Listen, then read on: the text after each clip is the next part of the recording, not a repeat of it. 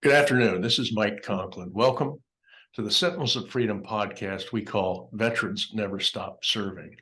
This is a way for people to enjoy the stories told by the individuals of their journey from the military into the military, their service, their injuries, rehabilitation, getting into college, getting onto careers. That's what Sentinels does.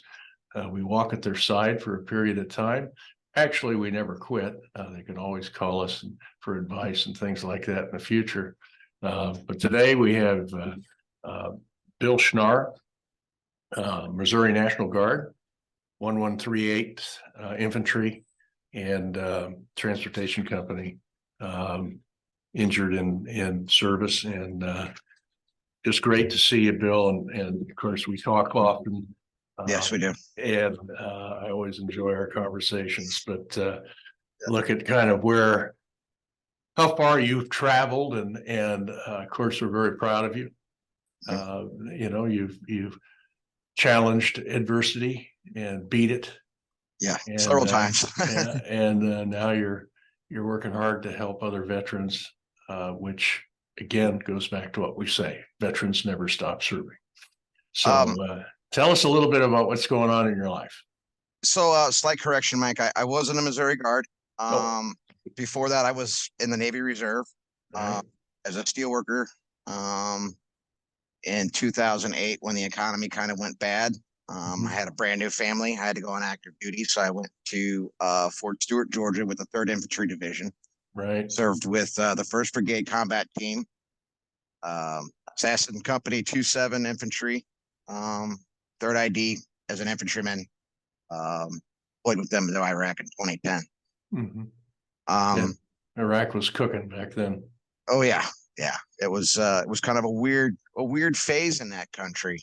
We were getting ready for the drawdown, and a lot of things were going on. Sure. Currently, right now, I work for an organization here in St. Louis called Places for People. I kind of switched gears a little bit from veterans. I'm now working with at-risk youth who have mental health, substance abuse issues, and who have been homeless. Kind of helping them transition from being a teenager to adulthood. Yeah. Every day is quite interesting. It's not my community of guys. It's not my community of veterans, but I still do actively have my nose in a half a dozen veterans issues. Yeah. I suspect you always will. Yeah. And right now, Mike and you and I are working on a joint project with the University of Missouri St. Louis to get their veteran center in a better spot. Yeah, to expand it. Yeah. To expand it. So. And I'm really excited about it. We're excited to help it. We've built, I think, 6 or 7 of them across the country. And the neat thing about them is once you get up and running, they keep serving. Every year there's a new group of veterans come in, and it's a great way for them to assimilate into the academic world. As we've talked before, most of the veterans that are coming into the college systems have been in the military for a period of years. And then when they get out, they've got to start back as a freshman with a bunch of kids that just graduated from high school. So sometimes they can feel isolated and not a part of that college experience that the young high school students are coming in looking for. I mean, the veterans want to get moving. They want to move quickly onto their objectives, and they have a higher maturity level. And so that's the difficulty is trying to make them feel at home in the community, the university community environment. And that's what these student veterans centers are. They're basically places for them to network, to get engaged with their professors and the types of services that they will need. And also, it's kind of a sanctuary. What we've learned is that they go there, do their homework, They get to know each other, and then all of a sudden they're getting together doing some community service in their community, which is, you say, well, why would they have to do that? They've already served, but they continue Exactly. to serve. Yeah, they continue to serve, which is one of the beautiful things about veterans. Back up a little bit, Mike. I think I first met you in, I think 2014. I was getting ready to graduate from the Wounded Warrior Project track program down there in Jacksonville. That program is not around anymore. Great folks down there. I still talk to Chris and Jeff on a regular basis. Yeah. They're great folks. But when I met you, Mike, I would honestly say, I was in a bad spot. I was in a Right. bad spot with my PTSD. I was in a bad spot with my future. I had no idea, what direction I was going to go. I remember. And I met you and Jen, down there in Jacksonville, and I Mhm. sat down from the table from you, Mike. And I was thinking about this the other day on my ride home from work. I normally turn my music up and light up a cigarette and kind of clear my head from the day. But I was kind of thinking about this process with Sentinels, Mhm. and I suffer from PTSD. I'm open about my mental health, and those kind of scars don't ever go away. Um, Folks like you and Jen and Sam, forgive me if I cry. It's kind of an emotional thing for me. Okay. You guys kept me from being a statistic. You know, the VA, everyone talks about 22 of a day. Your organization, your team, keep that statistic from getting any higher. Um, and I owe you guys my life for that. Well, the thing about it is, and I'll say this over and over again, in that transition period and that mental health period that you went through and all of that, it's because you wanted to live. You wanted to do bigger things. And you had to suffer through that and maybe still suffer a little bit, but you needed to find your purpose. And we felt that was getting you through education would help you get there. With all of our Sentinels, it's all about education. It can be trade school also. But I think the big thing with us is, and we've heard it over and over again, is that just having somebody that believes in you is huge as far as motivating and building confidence, and getting to the point where you feel confident enough to compete in the public sector. And once you guys start to feel that, accomplishing that first year of college or whatever those little milestones are leading to goals, once you start to experience that, there's no holding you back. I mean, you just go. And it's just that kind of that first year, or maybe a couple of years, depends. Yeah. But you have it inside of you. Maybe we help you expose it a little bit, but without drive, motivation, and good character traits, which you have all of Yeah. that. We said, boy, this guy's he's going to be a good investment. And that's we look at this. It's not a charity, it's an investment. And we expect a return. And that return is you being successful in your goals, your dreams, your aspirations, your family life, your career, all of those things that are a part of who you are. The military service probably is always will be a cornerstone of the foundation of your life. And that's good. That's healthy. And I'm sure you stay involved with some of your old teammates Yeah. and pick up the phone and call them.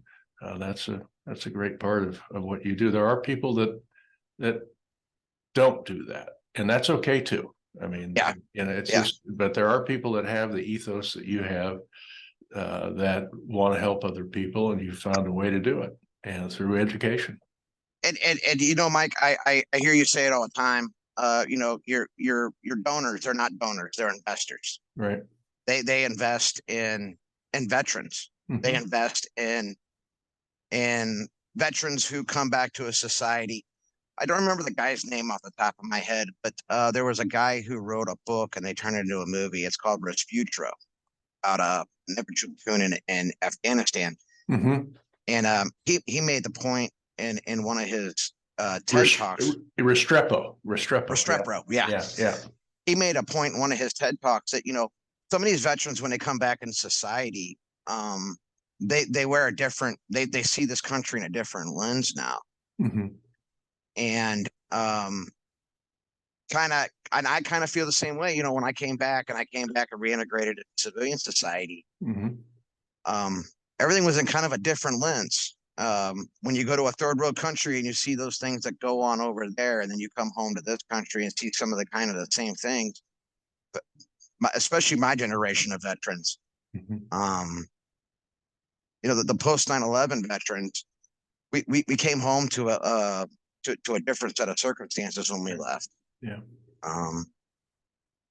And to your investors, I will say this: your investment's paying off, especially on my end. Since They're great people. One of the things, let me just go back for a minute. Mm-hmm. I think every generation that goes to war, comes back, because of the situation, government, economy, and all that stuff. It's always going to be different, but the basics are still there. And one of them said to me, actually, it was my son. He said, I asked him why he had changed his mind about going to college, my youngest son. And he said, I don't think college is going to challenge me right now in the way I want to be challenged. And I said, so you're going to follow in your two older brothers' footsteps? And he said, yes, I'm going to follow in their footsteps, but I'm going to make my own footprints. And so each of these generations, like your generation, you're following in the legacy of the older generation of veterans, of Vietnam guys, typically, but you're following in their footsteps, but you're going to make your own footprints. And I think that's generational, and we're seeing that. And I'm a fan of saying this, and not to take anything away from any other generation of veterans, but the post 9/11 veteran community, I'm a fan of calling them the second greatest generation. Mm-hmm.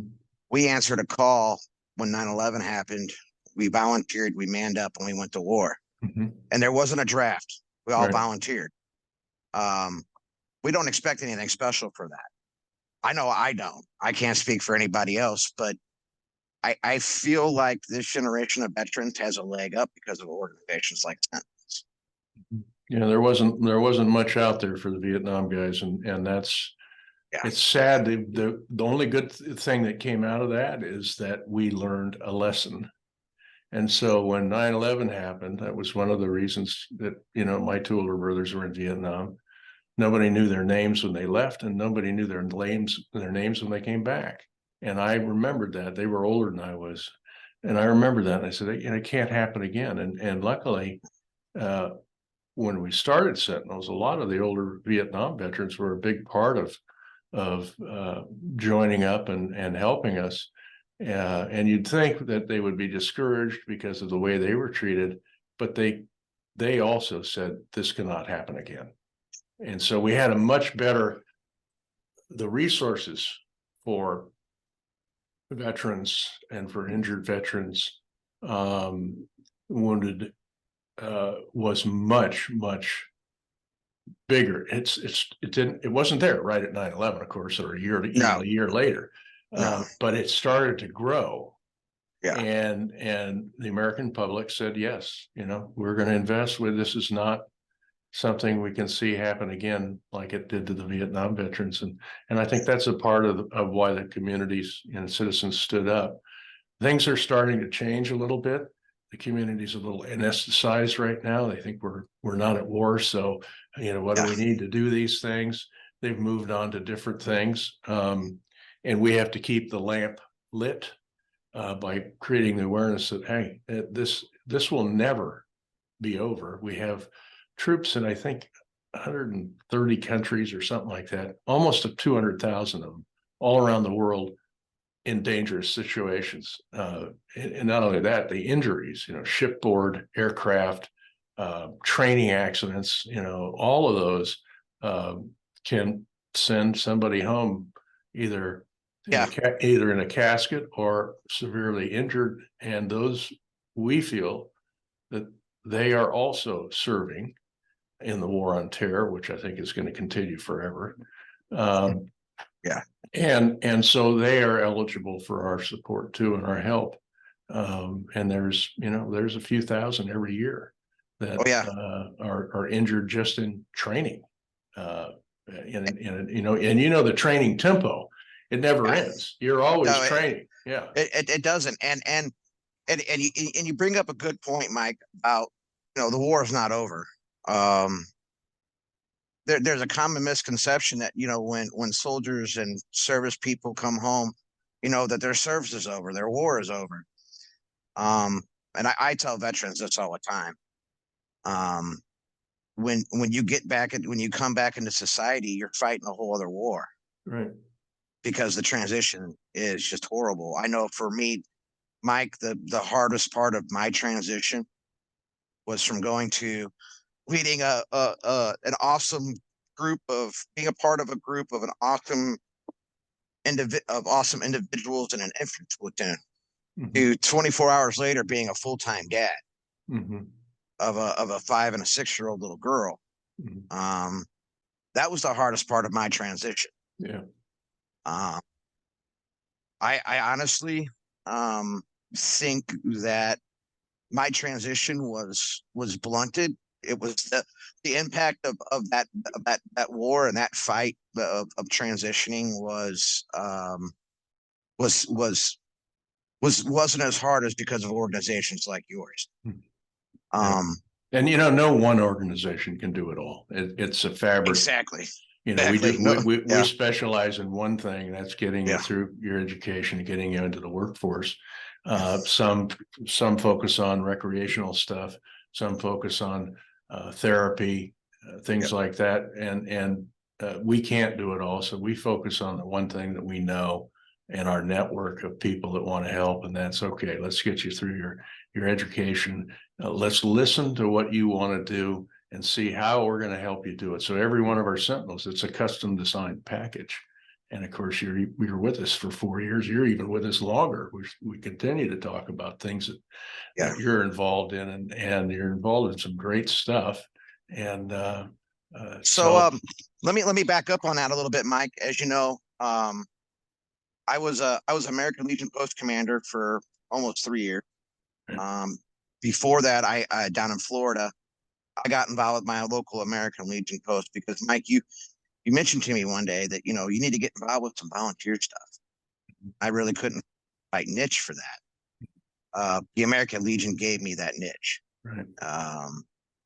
And I did that for 3 years and loved it. When I graduated from UMSL in 2019, the following February, I went to work for a VA granted program at St. Patrick's Center here in St. Louis, Missouri, who focuses strictly on homeless veterans. And I fight my own war with my own mental health. Right. I put that on the line for almost 2 years to help these veterans, and I was successful at it. Tough work. It is tough work. Some of the homeless encampment, Mike, I wish I could take you into some of these homeless encampments to see how some of these veterans are living. And then I went on to Salvation Army Veterans Residence Program here in St. Louis, Missouri. And so I'm still serving. My personal mission statement, Mike, and I'm pretty sure you'll like this. Every day is a mission. I wake up and I make every day a mission. Veterans, we crave something in our lives. We crave a higher sense of purpose once we get out of the military. And I found that higher sense and purpose in serving not only my fellow veterans, but other people as well, people who haven't served. Right. And I'm happy that I'm doing that now. And your team and you and your organization gave me the ability to carry out my mission of helping others. For that, I am completely grateful for. Well, like I say, all the raw materials were already in you. we may have helped you expose them a little bit, but again, you did all the work. And we're very proud that one is that you allowed us into your life to help. That makes us feel great, and that's why we do what we do. And now over 700 of you out there. So that's these podcasts. I don't know if I can get through 700 of them, and we're trying to do a couple a week. And, but it is so nice for me, joyful, to, get back in contact with you and some of our Sentinels. And I'm always surprised at the progress. I'm actually going to say I'm surprised. I'm always really happy to hear their progress. I had a podcast this morning with a young lady down in San Antonio, and the last time I saw her was probably a couple of years ago, and she was going through a tough transition. And I'm looking at her in the camera, and I went, "My God, you look," without trying to be sexist. I said, "You look absolutely beautiful. Your skin color, your face, you're glowing. You look happy." From the last time I saw you, you were struggling a little bit, and I know you've been in contact with Sam and our team, but you just look like you've achieved your goals, and now you've got some other goals, and we just had a wonderful conversation. I was just so happy that she's finally found happiness. And those are the things that drive us, our team here, our board of directors, and all the people that, we have an army of people behind us that continue to invest and love the program and love you guys. I mean, it's a very deep love. And Mike, I've had several conversations with you since I've graduated Sentinels. And I think every conversation we have is, if there's ever anything that I can do for Sentinels of Freedom, well, I will do it. Yeah. And you will always have somebody that you can call, and I will be there for you, Mike, because you have been there for me and my family when I needed it the most. Yeah. Well, you're worth it. That's my statement. Yeah. Well, listen, we have you and I are going to be continually talking about this project at the university, and how that's going to set up. And we had a great meeting the other day to talk about developing a business plan and getting that moving. And we're all in helping UMSL get this going and bring some power to it, hopefully, and some good people. I want to give a plug to those folks over there. The UMSL Veteran Center at the University of Missouri St. Louis, awesome individuals, awesome organization. I want to give a shout out to somebody you just met the other day, Mike, retired Lieutenant Colonel, Infantry Ranger, West Point graduate, Jim Craig. Great guy, great mentor, great friend to have. That project is near and dear to my heart, Mike. I brought it to you, and you said, "Okay, let's make this happen. Let's get on the phone. Let's get on Zoom. Let's sit down and talk and see how we can make this happen." Yeah. And it's been a lot of forward momentum. We'll get there. And again, that's part of my mission. I give so much of my personal time and resources and knowledge to helping my fellow veterans, because, to be honest with you, Mike, it's kind of hard out here. The transition is, like I just say one thing, and I've told you this before. You got to take care of yourself and your family first. That is the critical thing, and you've got to get a balance between that, because you're a very passionate man, and you've had success in this and everything else, but number one is you've got to make sure you've got that balance in family life also, and once you get out of balance, then things don't work so well. And exactly. I know that you recognize that, and you adjusted, and but it is your you've chosen this purpose and this career path, and I think it's we need people like you. There's no doubt about it. And Mike, I kind of wanted to talk about my personal experience with my own mental health for a minute. Sure. You know, um, I've got my physical injuries. I don't. I tell veterans all the time, everybody's got a war story, and I could give you 1,000 war stories. For me, my war story, Iraq was hard. It was hard. I came home, and got the PTSD diagnosis from the Army, and it kind of gut punched me a little bit. I built a career on, the last time I enlisted was my goal was to stay in and not get out until I was either too old to serve or too old to or too broken to keep going. And my PTSD, I really kind of, when I first got that diagnosis, I kind of brushed it off. And I got my medical retirement, and I felt kind of lost. Even with the PTSD, I didn't have a sense of purpose anymore. Mm-hmm. And the biggest cure, which there isn't really ever really a cure for PTSD. Right. It's a scar. Mm-hmm. And the trauma of the experiences of being in a foreign country away from your family, and having to look over your shoulder and worry about if you're going to wake up the next day, it's pretty traumatic. Yeah. Um, It's kind of, the way I talk to people is that the good thing about PTS is that it's treatable. Certain types of cancer are really not treatable. I mean, you can do chemo and you can do radiation and all of that stuff to slow it down, but it's still going to keep going. And the thing, with PTS is to try to keep it from becoming cancerous. And that is treatment. That's talking to people. That's, watching medications, being very careful with triggers, all of those things that you've learned how to do to keep PTS from becoming cancerous and killing you.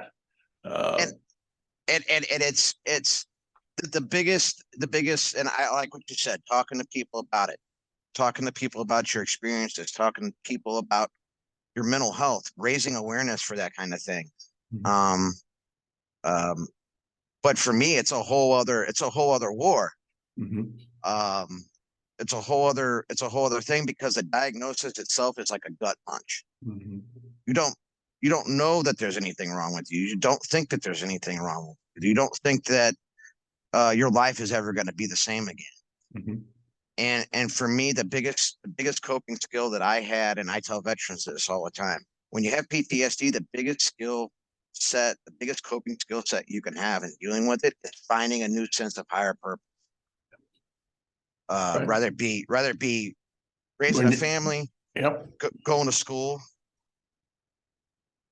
So yeah, I agree. And your family's doing good, and you're doing good. And yeah, Bill, I'm looking at your picture here of you as a post commander with your post commander hat on from American Legion. yeah. And you did kind of isolate yourself a little bit when you got back, but then you did find that purpose and jumped in with both feet. And look at you now. I mean, Yeah, and Mike, I love my mission. I'm a true soldier again. I have a mission. Yeah. I'm not kicking doors in. I'm not in firefights. I'm not on convoys. I miss my brothers that I served with. But I have a new mission now. Right. And that mission is helping people find a better path forward in life. Mm-hmm. I want to give kudos to Sam, who I just love. She's a sweetheart. She is awesome. I talk to her pretty regular.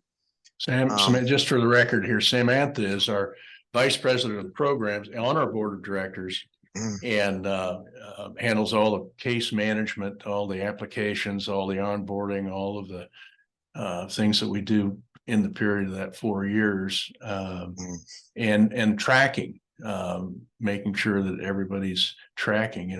It's when I say this isn't a handout, we just don't send somebody a check, No, the requirements that you show us your grades, what's going Yeah. on, your finances. We check up on you and say, all right, it looks like your grades are slipping a little. What's going on?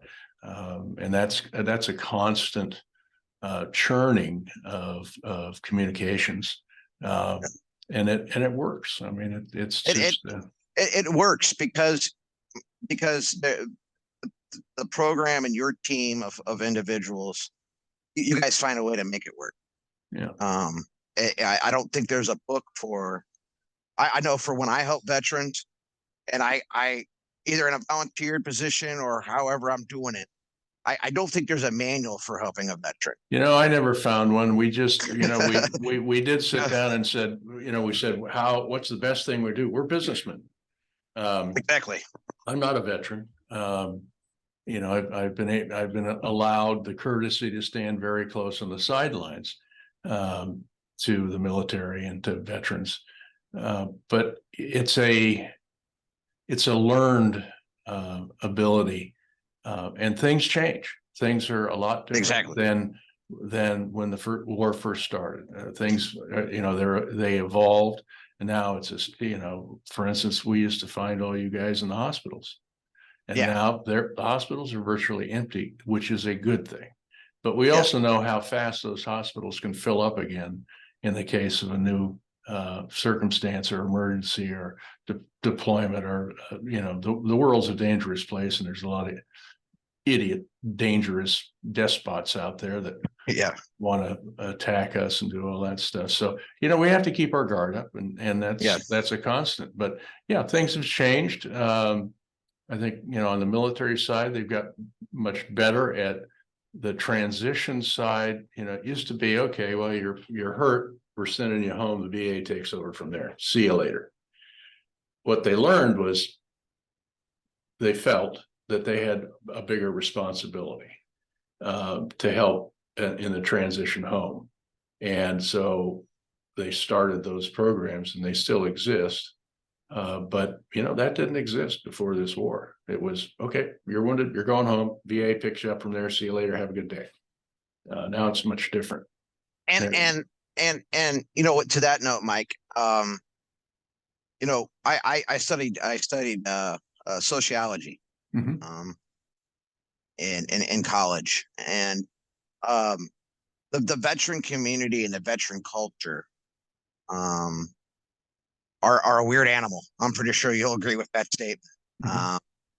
We have our own way of communicating with each other. We have our own way of doing things. You have your own language. You have your own language. Yeah, exactly. And for you, so somebody who's never put the uniform on, to have such a big impact in that community is awesome. But at the same time, the transition from active duty, when DOD tells you, hey, the VA is going to take care of you, it can be difficult to get things out of the VA. A lot of it is depending on how the political winds are blowing. A lot of it depends on what money is available. It's a huge bureaucratic system. It's very impersonal, and you can get lost in the cracks of all the paperwork. And I spoke with I think I've spoken with 4 different secretaries of the VA over the year personally in their office, and the conversation is always, what can we do for your organization? I said, basically nothing. I said, our organization is citizen led. We don't depend on the government for even a penny. I said, my dealings with the VA is that we've always had exceptional professional courtesy, but we don't walk in with a big stick and try and beat them up. We walk in and say, we're trying to help this guy and this veteran, and let's work together. But even with that, for instance, voc rehabilitation, what a mess it is to get approved for that. And I've seen them deny people that I just go, are you kidding me? That's what voc rehab is designed to do. And then we have to go to, call our people up there and say, we need some help. And it's frustrating. It's actually demoralizing for some of the veterans. It is very demoralizing. Yeah. It is very demoralizing. And so that's what I tell them. One thing you need to do, that in my opinion, one of the secretaries, I think it was Nicholson, He said, we're political appointees. We're up here, we do a lot of ribbon cuttings and, we go to a lot of meetings and stuff like that. But we really don't spend a lot of time on the ground with these guys and these veterans. And what do you see that I might not see? And I said, voc rehab. That's my only complaint with the VA is your voc rehab, your back office for voc rehab is horrible. Exactly. And I, they're the largest medical institution in the world, VA. And so try to turn that battleship around. It takes time. And then you got, administrations change and secretaries change, and it's frustrating, but we've been pretty successful in working within that system and learning how to do it. But boy, is it a time sink. I mean, we could do so much more. And that's why I'm not doing what I'm doing, and that's why I've been out doing what I've done. Right. Because veterans right now, we're kind of in a weird spot in society. Again, with my sociology brain, we're in a weird spot in society. It's one thing to say thank you for your service, and it's another to actually put words into action. We don't come home and feel that we're entitled to anything. Yeah. We just want to come home and have a fighting chance in a society that we probably don't understand anymore after we come back home. The slogan or the statement, thank you for your service. One of our Sentinels, John Wayne Walding, he had a problem with people coming up to him and saying thank you for your service over a period of time. When he first got home, it was great. Not hard to tell he's an amputee. And he finally realized that most people had no idea what veterans were. And when they saw a veteran wounded or whatever, they really didn't know what to say. So out came the stock, thank you for your service. Yeah. And he said, in his mind, he said, I got to change that. He said, here they are thanking me, and I can say thank you and walk away. But he said, I wanted to do more. So he said, now when somebody says, thank you for your service, he shakes their hand and he holds on to it. He puts his left hand on their shoulder, looks them straight in the eye with a big smile and says, you're worth it. Yeah. And then they kind of go, what? And he said, I hope, and they walk away, and he says, I hope what I've done is I've made a new friend. I've made that person feel comfortable around a veteran, a wounded veteran, whatever. And I hope that they walk away and say to themselves, what did I do to earn that young man's sacrifice for me? And he said, I hope that inspires them to go back home and do good things in their community, whether it's for veterans, whether it's at their church, whether it's a softball team for their kids, whatever, to help by doing good things in their community. And I thought it was very profound. I talked to a veteran a while back that I'd worked with, and I think I found this guy living on the streets in downtown St. Louis, right. Probably in the winter of 2020, sleeping on a little bus station thing on the side of the road in downtown. And he's a Marine Corps vet. He's a Vietnam guy. And, he said, I don't know what I can do to keep serving. What can I do? I want to serve still. I got home from the military and I still wanted to serve. I didn't want to stop serving. Yeah. I was an alcoholic. I'm not an alcoholic anymore. I'm just homeless. I want to get off the street. So I helped him get off the street. I helped him change his life and get into a stable housing, find a job, get linked up with VA services. And this veteran now is now still serving his country as a certified peer support specialist for an organization here in St. Louis. He's just serving in another way. And exactly. And that's the thing. Me personally, and I know other veterans who share this sentiment, just because we take the uniform off, our oath doesn't end to this country. Mm-hmm. and we may not be fighting an enemy on our shoulders, and we may not be fighting an enemy here or overseas somewhere. We're fighting for veterans and civilians who don't have a voice. Sure. When you're mentally ill and you have mental illness, you don't know how to communicate to somebody. You don't understand how things work. But you want your head and your mind to feel better. Mm-hmm. And I get such gratitude every day serving the people that I serve. And it's, to me, it's I'm still serving. To me, it's like still being in the military. Well, let's wrap this up by Yeah. saying you're a great guy, and we're very proud of you, obviously, and wish you all the best in your future. And you're on your way. You're happy in your life and family life, and your mission every day and your purpose, all of those things that you've learned over the last few years, and you've gotten over the big hurdles. You may have some hurdles in the future, but you know how to handle them now. And exactly. through the experience and through focusing on the good in your life and doing good things for others. So if you don't mind, Mike, I actually I don't have it here. I've got to get it boxed up for you, but I actually have a present that I'm going to put in the mail to you in a couple of days. Okay. It is it's a map of Iraq that I brought home from overseas. It was in a Stars and Stripes magazine, and I think that you'll enjoy it. We'll get it framed and put it on the wall. Yeah. If you don't mind, I'd like to put a plug in. Okay. The great folks over, I've already kind of given them a plug. The great folks over at UMSL, the University of Missouri St. Louis. Right. The great folks across the country who are Legionnaires like me. We still serve for God and country. We still stand for service to the country. The great folks at St. Patrick's Center in downtown St. Louis and their veterans program. It's ran by a Vietnam veteran named Richard Posh. He's a great guy. We'll go the extra mile for veterans every day. And then, of course, for you, Mike and Sam and the Sentinels of Freedom team, love you. God bless you. And thank you for it. All right. Good stuff.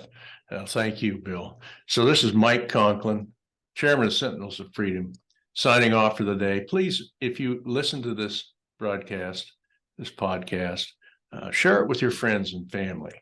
And I think that everybody will enjoy it, and to teach your children well. Every day is a mission, Mike. Don't forget that. Every day is a mission. There you go. Yeah. So, yeah. Mike Conklin and U.S. Army Bill Schnarr signing off. Thank you. Yeah.